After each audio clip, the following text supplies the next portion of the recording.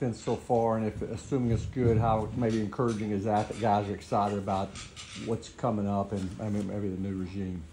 Yeah, there's been great energy with all the players in the building. Even as guys were filtering into town over the last 2-3 weeks and showing up and working out, I just felt an excitement. You know, anytime there's change, you can handle it one of two ways. You can be disappointed by it, or you can be excited and ready to embrace whatever comes your way. And I think these guys have done a great job of embracing the newness of it all. These are always fun, man. But our guys have done a great job of embracing the newness and the excitement of what's to come. And I think that I've appreciated that from them. And I think as you get to talk to them as the weeks go on, you'll get their perspectives on it. But I felt really good about the start we've had this week. Just the style that we're going to work with in that space, in the performance space. You got a really great staff. It's a numbers-wise a heavier staff. We got 6 on the staff plus Lauren and the nutritionist, so you got 7 people in the performance world for us. And I just love their plan. I love their energy. It's an old school. There's old school elements that have to be a part of that. You know, you still have to do hard things. You have to lift hard. You have to condition. But then there's also the science factor of as making sure we're doing the right things when we're doing them, what the loads are. There's a lot more that can go into that. I'm not a performance coach. I don't know all the details the way that he does. So at some point, maybe you guys will get to talk to him. But there's a science part and the management part that filters in with the hard part. And I think that they do a great job of mixing that process together. Will the guys notice a difference, you think, right away there? I would hope so. You'd have to ask them. I don't want to speak for them, but I'm personally very excited about what that looks like so far, and the plan that they've presented and put together that we've had meetings about, and how this is going to go for phase 1, 2, and 3, and into the season and training camp. So really, really excited about that group and what they've done there. Every day that goes on, but he's got an intensity and an intent to every time he walks in the building. I think you see that in his play. When you watch him play, you see that intensity, that fire that he's got. That's not manufactured. That's how he is. He's got a way about him that is driven. I think he wants to be a great player, and he puts the requisite work in. That part's been fun to see. Just as you see him in the offseason, he went out to California to work with some people. He's very determined to improve his game, and I think that part, you have that part, you got a chance to do a lot of really cool things. But I've seen that from him in this early portion. He is front and center. He takes notes. He asks questions. He does all the things you want to see early in the process of a guy that's trying to improve his game and get better. Same thing as always. You know, we watch the tape. You know, the tape's been graded. We know what the player is on their tape, but we're trying to get a feel for the person and ask the questions. And some guys we know very well about their character, and it's more of a confirmation. And some guys we're bringing in to find more out about who they are as a person. And you just try to have every bit of information you can get and gather on the person, because the tape is the tape. You grade that, but as much background information as you can get, you try to get. Some of these guys we've had scouts and coaches at the pro days. We've had the 30 visits. We've had the combine time. We've spent a lot of time on these players to make sure that when that moment comes, if that's the player we pick, we're very comfortable with who they are, both as a player and as a person. So it's more about just getting to know them as opposed to anything real football or technical. That is a part of the day, don't get me wrong, but for me it's a huge part of what kind of people we're bringing in. Right now. Oh man, my feelings about Legarius is as having to compete against him.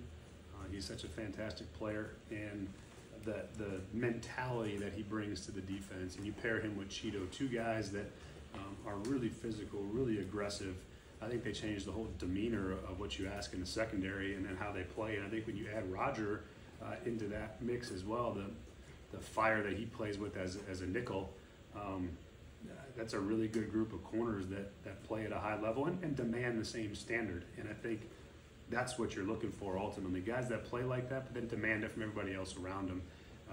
And man, I played against Legarius enough times to have an immense amount of respect for how he goes about his business, and I think you guys got to see a little bit of it in his press conference, but he is a fantastic person on top of it. So I really feel like he's a huge addition to our team, both as a player and as a person in the locker room. How do you get? Yeah, it's a position that's still in in this building phase. You know, we got guys that we feel good about, but you know, just like any front, offensive or defensive front, you're never going to turn down good players that can bolster that. You know, it always is going to start and end there. If you can play physical in the trenches, you're going to have a chance to be a pretty good football team. And so those are always areas we're going to look to add players, even when we might have what we think is a good front, which we do. There's always going to be opportunities to keep adding to it, because all I know is when you play against a team that seems to kind of come at you in waves and every player they put out there can play, that's a lot of stress on an offense from my perspective. So yeah, the more guys you have that can rush from inside and outside, the stouter you play against the run. That's an area that you're always looking to keep adding good players to. We only got 3 on the roster. We'll obviously take quite a few more than that at the training camp. So that's a position of need just in terms of the numbers. Feel really good about Josh Wiley and his development. Feel good about Chig where he's at. We got 2 young players we're excited about, but you know, obviously 3 tight ends isn't what you're going to take in the training camp. So as when you have a really strong opinion, or there's a large difference maybe in the positions and where you feel like, you know, as an offensive coach or a defensive coach, you feel strongly that you might need. But it usually doesn't work that way where you're fighting for much, because you prepare, you go through all the different scenarios. You know, you work through every, you know, there might be 50 different scenarios that happen in front of us at pick 7. And so you have to work through all of those things, all the contingencies. What happens if this player is there? What happens if that player is there? Would we be comfortable with this player over that player?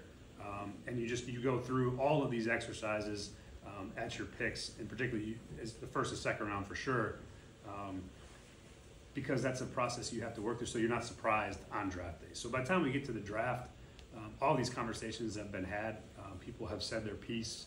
We've had the conversations about who we prefer, and ultimately when we make the decision, it'll be the Titans' decision, and that's everyone's going to move forward with that. So now what it is that is considered a character concern, you know, there's I think a lot of these guys are 19, 20, and 21-year-old kids.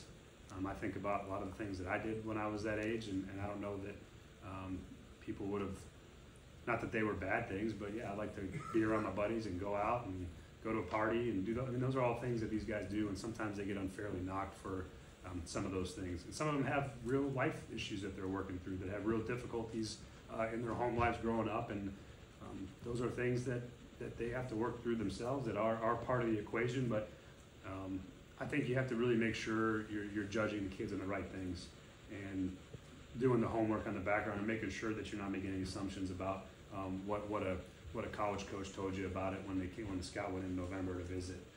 So you really do your homework and making sure that if the character issue is considered a real character issue, that you know, that we don't want to absorb into our locker room, that we know that it's legitimate and one that we're not going to take a risk on, or maybe it isn't that, and the perception is that there's issues with somebody and there are things that we've worked through and feel comfortable with. So that's what this process is for, and that's why we spend the time that we do with all these players and the 30 visits and on the Zoom interviews, and there's a ton of time invested into making sure that we get whatever those issues might be ironed out, and whether they're real issues that have to be dealt with, or they're things that maybe aren't as detrimental as the perception might be.